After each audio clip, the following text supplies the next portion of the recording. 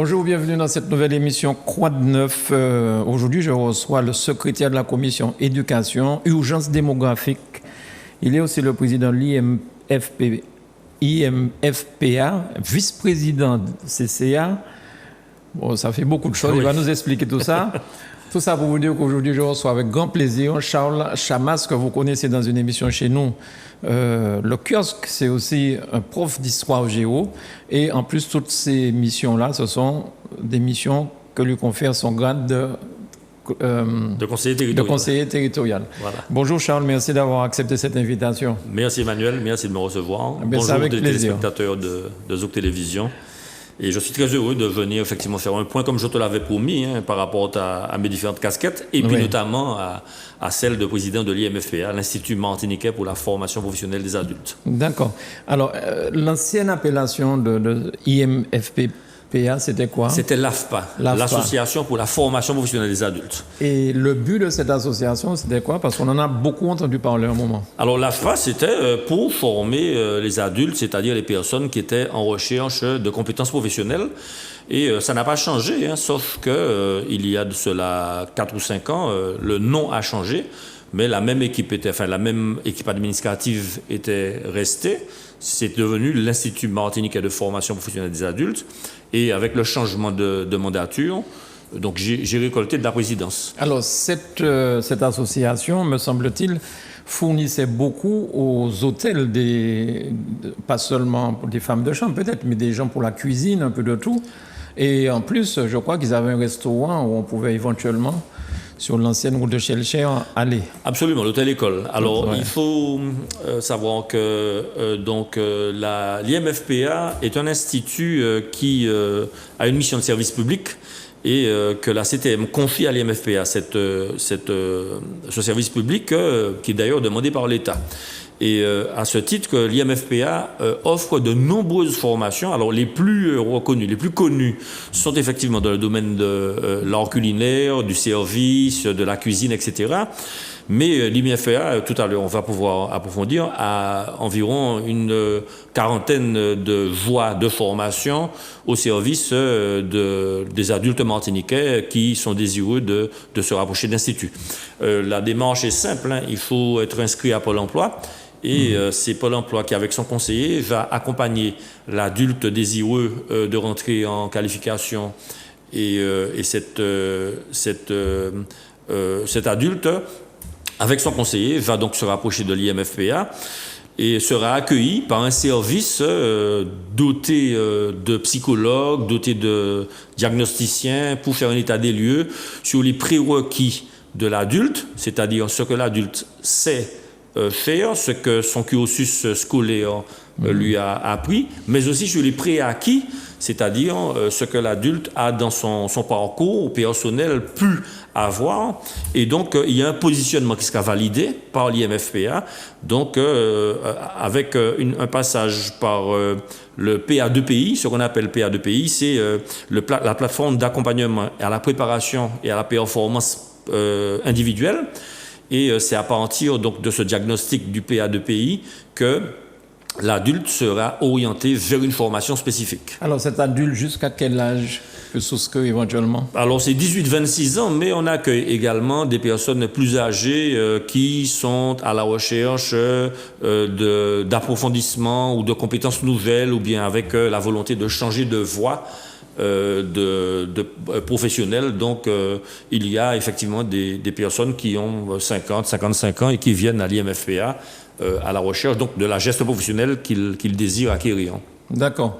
Alors, le nouveau président, qu'est-ce que le nouveau président a déjà remarqué, souhaite changer, améliorer ou continuer pareil Alors oui, tout à fait. Bon, donc le diagnostic, il est dressé, c'est un diagnostic local, 20%, 21% de chômage, le territoire est exigu, il n'y a pas d'industrie, il y a une petitesse du marché et les grandes entreprises manquent, donc il faut absolument privilégier les petites structures et notamment l'artisanat. L'artisanat qui est le premier pourvoyeur d'emplois en Martinique. Souvent, on l'oublie. Voilà, donc il y a aussi une tarte à la crème, pardon pour l'expression, mais il y a aussi un vocable communément usité qui dit qu'il faut l'égalité des chances. À l'IMFPA, on souhaite donner une chance à chacun. L'égalité des chances ne veut pas dire grand-chose dans la mesure où on n'a pas tous les mêmes compétences, on n'a pas tous les mêmes qualifications et tous le même corpus et puis la même psychologie, etc.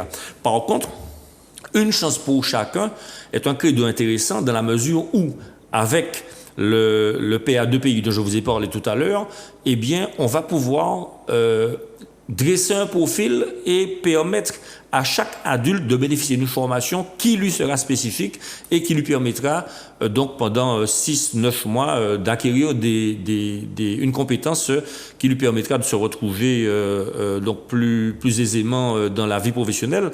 Alors c'est une structure qui est assez importante, hein. Il y a aujourd'hui 143 employés, une dizaine de cadres supérieurs, 50 formateurs, avec bien évidemment des accompagnements de techniciens, d'ouvriers, ce qu'on appelle les supports.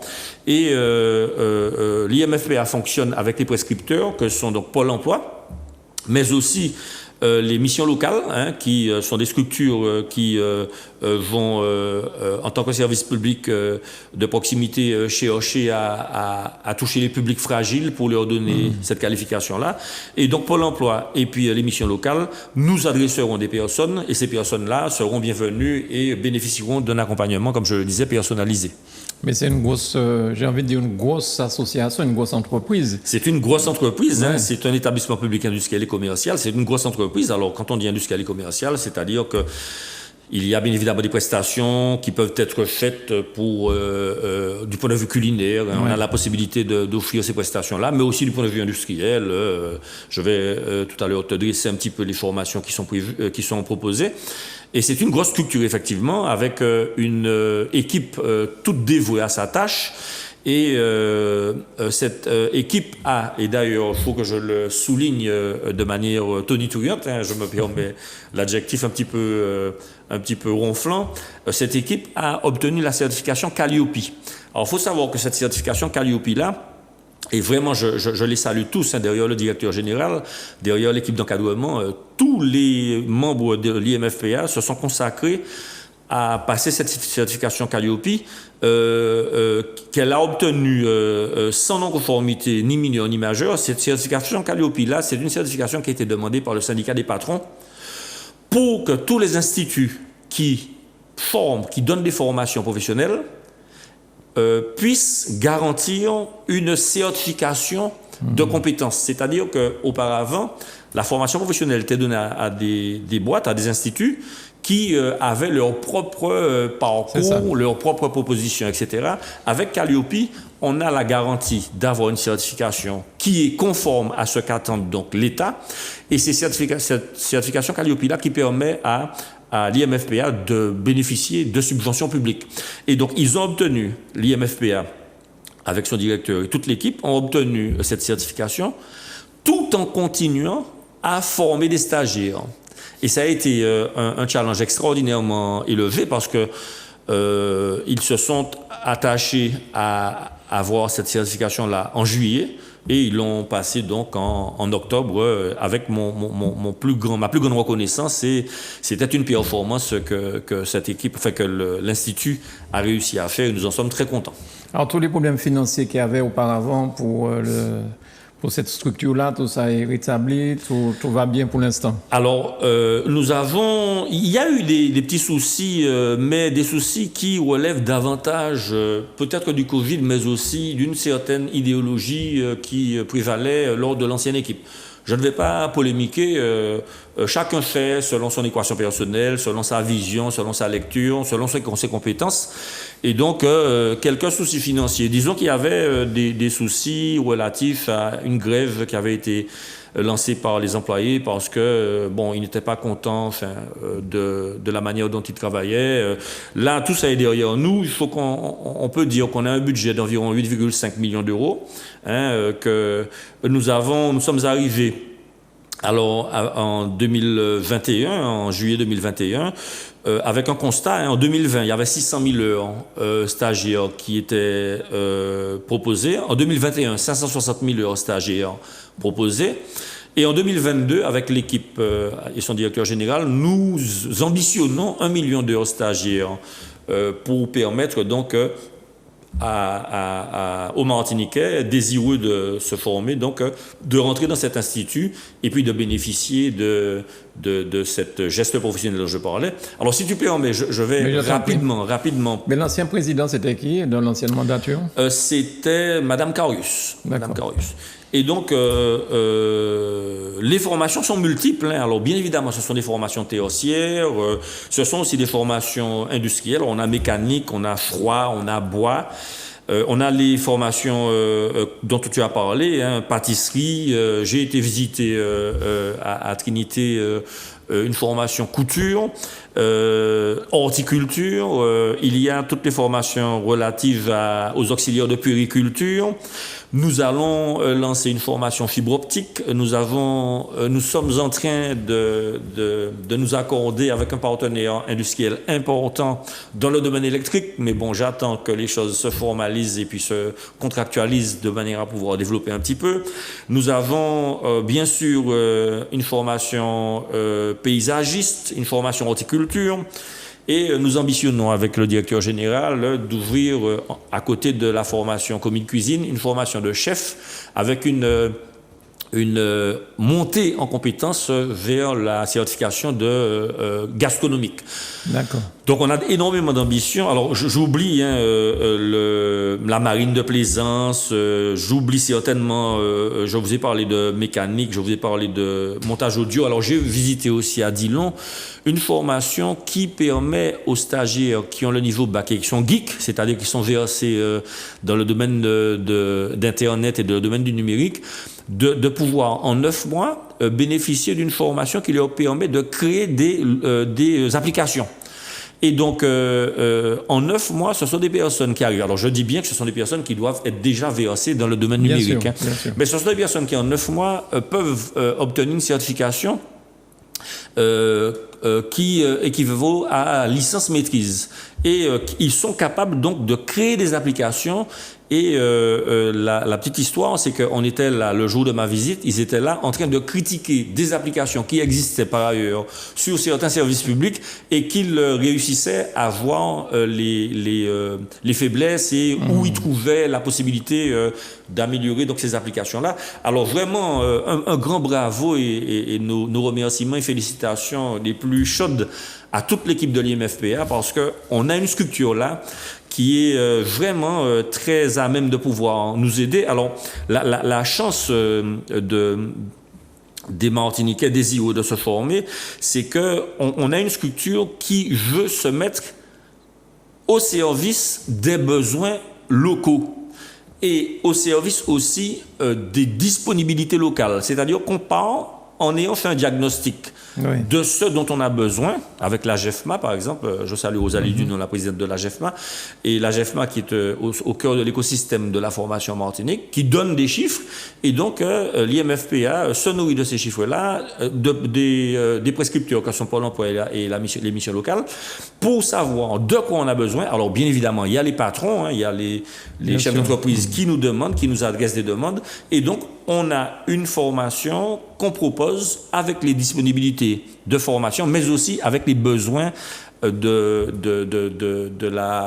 la population et puis du territoire martiniquais, territoire qui est donc un espace politisé. Il faut qu'on corresponde à cet espace politisé-là et il faut comprendre que la richesse, c'est la plus-value amenée donc par les acteurs économiques et cette richesse-là, il faut absolument qu'elle touche le concret et qu'elle permette aux Martiniquais d'être formés dans les domaines dont on a besoin et en Martinique. Voilà. Félicitations, je vois que tu es un président heureux, parce que je vois que tu en parles avec beaucoup de bonheur. Oui, tout à fait. Oui. Je suis un président heureux. Je suis arrivé dans une structure où il y avait quelques petits dysfonctionnements, mais on est en train d'aplanir tout cela avec toute l'équipe. Et puis, on a eu notre premier conseil d'administration qui s'est bien passé. Et puis, bon, je découvre les dossiers. Je suis en contact régulier avec le directeur général et avec les équipes.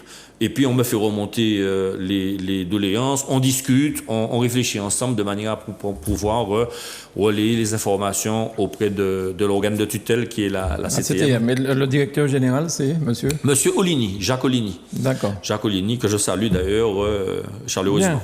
Voilà. Alors, déjà ça, mais tu es aussi vice-président CCA, c'est... Le campus caribéen des arts. Ah, donc oui. je suis avec Madame Akusaden, qui est la présidente, et nous avons aussi visité le campus caribéen des arts. Donc c'est une structure universitaire qui permet de proposer une formation donc universitaire aux étudiants qui veulent rester en Martinique et qui veulent bénéficier donc de cette formation universitaire dans le domaine de l'art. Et donc nous avons des formations, enfin le campus caribéen des arts offre des formations multiples, que ce soit de domaine plastique, de domaine j'ai envie de dire du dessin, de l'art pictural, etc. Le multimédia aussi peut-être, non? Il me semble, je t'avoue que je ne me rappelle pas, non, mais enfin il y a pas mal de formations qui sont proposées, et si Madame Akusaden un jour disposée à venir te voir, ce sera avec plaisir. Elle va te présenter sa structure qu'elle connaît certainement Très mieux bien. que moi. Oui. Alors, commission d'appel d'offres. Alors, tu es aussi au CHSCT? Oui, le CHSCT. CHSCT. Oui, le CHSCT, Pour la CTM. l'organe, oui, absolument, pour les conditions de travail. Hein, Oui. Et donc, ce CHSCT me permet donc d'aller à la rencontre des employés, enfin des personnels qui viennent exposer leurs doléances, notamment concernant les conditions de travail. Donc, j'ai été à 2 reprises visiter des installations qui présentaient des particularités. Bon, ce sont des considérations bien pragmatiques, hein, avec des climatisations dans une salle où il y a un serveur informatique qui ne marche pas et qui risque de faire planter tout le système informatique. Enfin, là, on redevient davantage près du concret, et ça nous permet de rencontrer les personnels de la CTM qui sont vraiment impliqués à leurs tâches et qui travaillent pour permettre de faire avancer les dossiers qu'ils reçoivent. La dernière fois, c'était à Bardinet, et j'avais rencontré des personnes qui étaient dans une antenne qui recevait du public pour solutionner les petits problèmes que cette partie de la Martinique connaissait. Alors, aujourd'hui, avec cette histoire de pandémie, les choses ne sont pas aisées puisqu'on ne peut pas travailler en présentiel. Certaines personnes sont en télétravail. Est-ce que ça pose un problème spécialement au CHSCT? Parce que ça fait partie de la mission de ce service. Oui, tout à fait. Alors, comme moi, je me déplace quand il y a une demande. Je suis élu, donc je vais à la rencontre des personnels, mais il y a des délégués. Il y a des représentants du personnel, des représentants de syndicats, les représentants de la structure qu'on va visiter. Et on a tous nos masques, et puis on fait les visites. Et puis il y a aussi, bien évidemment, les représentants du patrimoine, et puis parfois d'autres représentants. Donc on chausse nos masques, et puis on vient et on respecte les distances, et cela se passe plutôt bien. Hein. Bon, ce sont des visites qui regroupent environ une douzaine de personnes. Nous faisons attention, et puis il y a une vraie prime à la sécurité, puisque on est très attentif aux mesures barrières. Voilà. Oui. Alors, commission d'appel d'offres. Ça, c'est une commission, Oui. l'une des commissions les plus importantes de la CTM. Oui, la commission d'appel d'offres avec le président René Corail. Alors, je suis suppléant, donc j'ai déjà participé. Arnaud René Corail, maire des Trois-Îles. Maire des Trois-Îles, voilà. Je suis suppléant, et il m'est arrivé de participer à cette commission. Donc, on va aborder les dossiers qui concernent les équipements, qui concernent les infrastructures, qui concernent les demandes, et puis les appels d'offres que les administratifs étudient, puisqu'il y a un travail administratif, un travail de chiffrage qui est fait. Et puis, ces appels d'offres-là sont soumis aux politiques. Alors, donc, il y a une sélection des administratifs et des personnels qualifiés en termes de finances qui rejettent toutes les propositions qui dépassent de 30% leur chiffrage à eux.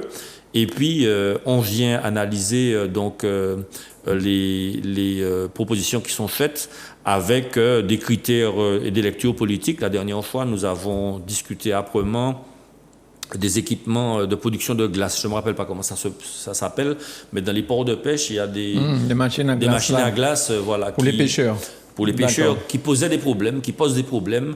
Et nous avons ardemment débattu dessus, puisqu'il s'agissait de relancer ce marché de manière à conventionner une entreprise chargée donc de réparer et d'accompagner cette production de glace-là. Il y avait quelques dysfonctionnements, donc la commission a échangé dessus. On va dire de manière cordiale et républicaine, mais les idées et les remarques ont été dites et sont passées. Alors avant, c'était une commission qui était très très surveillée parce qu'il y avait on saucissonnait certains marchés pour donner aux amis avant tout. Maintenant, je crois que la loi s'est due aussi un petit peu sur ça et on risque d'aller faire un petit tour du COS. Oui, et puis il y a la DIECT, il y a une représentante donc de la DIECT qui est présente, qui suit les débats et qui fait attention. C'est normal, ce sont les deniers publics et il faut absolument que la sécurisation de ce procédé-là se fasse avec en toute légalité. Voilà, avec la fonctionnaire ou représentante de la DIECT. Alors, innovation territoriale au conseil d'administration de l'UA. Oui, alors je suis également au conseil d'administration de l'université des Antilles, pardon. Mais à la dernière réunion, je n'ai pas pu. Monsieur le président m'a présenté et monsieur Jean-Qui m'a présenté, mais je n'ai pas pu assister à toute la réunion parce que j'étais par ailleurs en commission. Et c'est la commission urgence démographique dont tu as parlé là. Et donc, c'est ça la difficulté quand on est élu et qu'on a des réunions qui se déroulent en même temps. On n'a pas le don d'ubiquité, il faut choisir. Et notre commission préparait la plénière. Donc, je suis effectivement secrétaire avec le président du FEAL. Et nous abordions des différents sujets qui devaient être soumis à la plénière. Donc, il fallait que je sois donc attentif au débat. Voilà. Alors les gens on voit que la CTM, on connaît les gens qui sont élus, ce que vous êtes en plénière, mais en fait, il y a beaucoup de satellites en fait. Oui, il y a beaucoup de travail en réalité. Énormément de satellites. Parce que vous avez regroupé tout ce qui concernait le conseil général et le conseil régional, et vous n'êtes pas plus nombreux pour ça. Donc forcément, vous avez beaucoup de boulot. Je crois que nous sommes moins nombreux. Je ne me rappelle pas de tête. Voilà, exactement. Oui. On est 51 élus et à 8 conseillers exécutifs. Et auparavant, je crois qu'il y avait 45 et 42, c'était quasiment 80. Effectivement, il y a pas mal de satellites. Et puis, on a regroupé effectivement les attributions de l'ancien conseil régional qui avait une fonction plutôt économique et puis la dimension sociale du conseil général. Et on a regroupé les deux. Donc, en fait, la difficulté, on travaille avec les administratifs, on travaille avec les commissions, on travaille avec les conseils exécutifs. La difficulté, en fait, c'est que il faut que nous produisions, que le PCE, le président du conseil exécutif qui travaille avec les services, mette en place un organigramme, qu'il prenne la tâche et la mesure de cette machine qui a près de 4300 employés. Il faut absolument faire un état des lieux qui est dressé donc par le nouveau directeur général des services avec les 8 directions générales adjointes. Et donc c'est une grosse réorganisation qui est prévue. Il y a pas mal de personnes qui sont en décharge, c'est-à-dire que il y a possibilité qu'elle change de service ou alors qu'elle se sépare de nous. Donc tout ça fait que c'est un travail qui est en train d'être fait et on pense, on est arrivé en juillet et on pense que d'ici janvier, les choses s'apaiseront et que le rythme de croisière sera trouvé. Donc, je dis déjà aux téléspectateurs, un petit peu de compréhension et de patience, les choses ne se font pas d'un coup de baguette magique Et on est au travail, on est pleinement au travail. Je vois moi-même à l'IMFPA, bon, ce n'est qu'un satellite, hein. Bon, c'est un gros satellite important, mais c'est un satellite. Et je vois comment il est nécessaire que la prise de marque se fasse, donc voir une structure comme la CTM. Oui. Alors, justement, parlons un petit peu politique. Oui. Vous êtes arrivé, vous avez trouvé un matelas financier ou est-ce qu'il y a eu un audit? Est-ce qu'il y aura un audit financier, enfin un audit pour le personnel? Est-ce que tout ça va être fait non pas dans l'opacité, mais est-ce que ça va être rendu public? Alors, l'audit a été fait. Hein, l'audit a été fait. Monsieur Colcombé en a parlé hier ou avant-hier, je ne me rappelle plus. Oui. Et, Paul Combé, c'est le président de la Chambre régionale des comptes, exactement. Oui. Et il a présenté les chiffres. Alors bon, je ne vais pas entrer dans les détails, mais ça fera l'objet d'un débat, si tu veux bien, au kiosque. Okay. Mais il y a eu des bizarreries, on va qualifier de bizarreries, que l'on ait prétendu qu'il y avait 17 milliards de déficit qui endettaient la CTM sur plusieurs dizaines d'années, et que ça a été voté en plénière. On se pose des questions. Maintenant, bon, je ne veux pas non plus entrer dans la polémique, et je laisse le président de la commission des finances, Didier Laguerre, qui est expert en la matière, et puis bien évidemment René Corail, répondre là-dessus. Mais c'est vrai qu'il y a des choses qui ont été faites et qui méritent éclaircissement. De toutes les façons, voilà. Très bien. En tout cas, merci beaucoup, Charles, pour tout ce que tu nous as expliqué de manière, comme tu fais dans le kiosque, claire, c'est concis, on a très bien compris. Et ce sera avec plaisir qu'on fera une émission peut-être avec d'autres conseillers territoriaux sur plusieurs satellites, mais ce sera une émission de 2 heures qui s'appelle Libre Antenne pour pouvoir expliquer aux téléspectateurs le travail que vous faites. Je vais relayer ta proposition et ton offre, et puis je suis sûr que les collègues de la CTM, de la majorité, viendront pour présenter leurs projets, leurs ambitions, et puis ce sur quoi ils s'appliquent à travailler pour la Martinique. Merci beaucoup. Merci à toi. Merci et puis à beaucoup. tout à l'heure. À tout à l'heure. Merci beaucoup, Charles. Merci à toi. Merci à vous de nous avoir suivis. Merci beaucoup, Manuela.